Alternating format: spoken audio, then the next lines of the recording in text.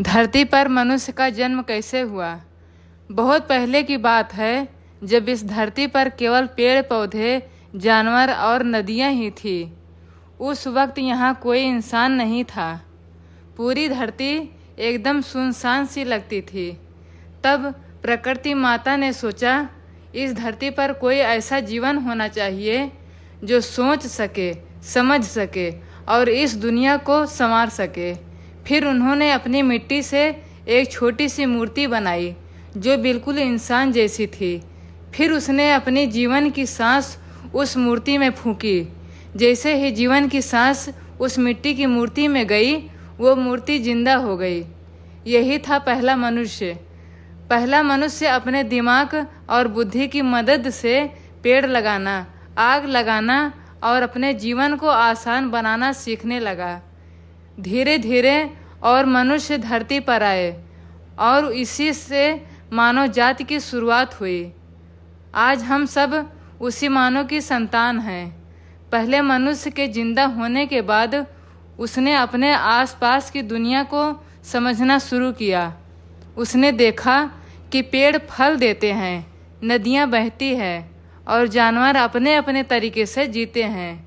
मनुष्य ने सोचा, अगर मैं अपने लिए खाना, पानी और रहने की जगह बना लूँ तो ज़िंदगी आसान हो जाएगी। इसलिए उसने पेड़ से फल तोड़ना सीखा और नदियों से पानी पीना। धीरे धीरे उसने आग जलाना भी सीख लिया। आग से उसे ठंड से बचने और खाना पकाने में मदद मिली। फिर मनुष्य ने अपने जैसे और लोगों को बनाया, परिवार बनाए और गांव समाज की शुरुआत हुई। उन्होंने अपने अनुभव को एक दूसरे को बताना शुरू किया, जिससे ज्ञान बढ़ा और इंसान दिन पे दिन समझदार होता गया। इस तरह से मनुष्य ने धरती पर अपना घर बसाया और अपने संस्कार, भाषा, कला और सभ्यता को जन्म दिया। समय के साथ साथ मनुष्य और भी बुद्धिमान होता गया। उसने जानवरों को पालना सीखा, जिससे उसे खाने पीने की चीज़ें आसानी से मिलने लगी। उसने खेतों में अनाज उगाना शुरू किया, जिससे उसका खाना हमेशा भरपूर रहता। मनुष्य के घर बनाए, रास्ते बनाए और एक दूसरे से मिलजुल कर रहने लगे। उन्होंने भाषा, लेखन और कला का आविष्कार किया, जिससे अपने विचार और भावनाएं व्यक्त कर सके। समाज का विकास हुआ और धीरे धीरे इंसान ने अपने चारों ओर की दुनिया को बदलना शुरू किया। उसने पहिए बनाए, लोहे और पत्थर से औजार बनाए और दूर दूर तक सफ़र करने की क्षमता हासिल की। लेकिन सबसे बड़ी बात यह थी कि इंसान में दया, प्रेम और समझदारी की भावना भी पैदा हुई। उसने अपने परिवार और समाज के लिए नियम बनाए, ताकि सब मिलजुल कर शांतिपूर्वक रह सके। इस तरह से उस पहले इंसान से शुरू हुई यह मानव जाति आज तक बहुत बड़ी और विविधता से भरी सभ्यता बन चुकी है। जैसे जैसे समय बीतता गया, मनुष्य और अधिक बुद्धिमान और सक्षम होता गया।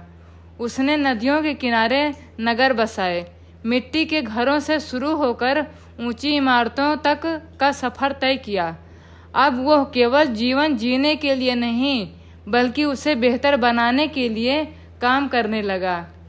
इंसान ने पहिया, नाव, खेती, धातु, लेखन और व्यापार का आविष्कार किया। अब हर दिन एक नई खोज, एक नई शुरुआत लेकर आता था।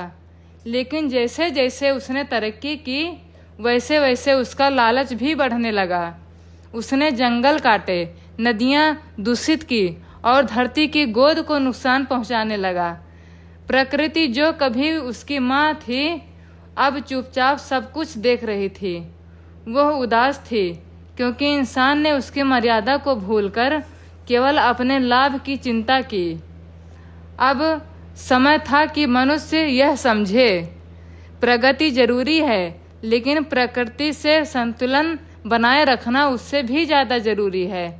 जब प्रकृति ने अपने आंसू बहाने शुरू किए, तब कुछ इंसानों ने उसकी पुकार सुनी। उन्हें एहसास हुआ कि जिस धरती ने उन्हें जन्म दिया, वही अब खतरे में है। कुछ लोगों ने पेड़ लगाना शुरू किया, जल को बचाना सीखा और फिर से मिट्टी से जुड़ने की कोशिश की। उन्होंने गांव में फिर से खेती शुरू की, अपने बच्चों को प्रकृति से प्रेम करना सिखाया। शहरों में रहने वालों गांव ने भी सोचना शुरू किया, अगर हमने अब भी नहीं संभला तो आने वाली पीढ़ियों को हम क्या देंगे। धीरे धीरे बदलाव आने लगा, लोग अपने लालच पर काबू पाने लगे। इंसान फिर से प्रकृति की गोद में लौटने लगा। मनुष्य ने सीखा कि असली सुख मशीनों में नहीं, बल्कि पेड़ों की छांव, नदी की कलकल और मिट्टी की खुशबू में है। अब धरती मुस्कुरा रही है, क्योंकि इंसान फिर से उसका बेटा बन गया है। शोषक नहीं, रक्षक। मनुष्य का असली विकास वही है जो प्रकृति के साथ संतुलन में हो।